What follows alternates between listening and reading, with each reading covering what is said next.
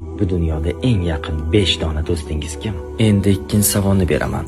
Oxiratda eng yaqin 5 dona do'stingiz kim bo'lishi mumkin? Birodarim, oxiratda eng yaqin 5 dona do'stingning ismini sanab beraman. Birinchisi bomdod namozi. Seni qabrda ham, sirotda ham, mahsharda ham, mezonda ham xatarlardan qo'riqlaydi. Uyquning eng shirin vaqtida sen nafsingdan qochib Robbingning huzuriga bording, Robbing buni inobatsiz qoldirmaydi. Ikkinchi, peshin namozi. Sen boshlagan ishlaringning eng qizg'in vaqtida dunyoga ozgina tanaffus qilib, qo'llaringni ko'tarib Allohga taslim bo'lding. Peshin namozi oxiratda har qanday tashvishlardan, g'alayonlardan, azoblardan seni qo'riqlaydigan ikkinchi do'sting.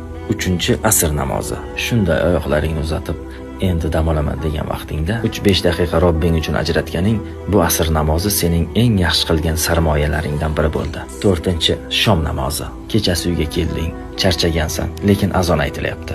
1 daqiqa deding dunyoga va Robbingning huzuriga borib, qo'llaringni bog'lab huzurda turding. Alloh buni evaziga oxiratda eng yaqin do'st qilib shom namozini yuboradi va u seni qo'riqlaydi. 5. Xufton namozi. Uyqung keldi, yotog'ing seni chorlamoqda.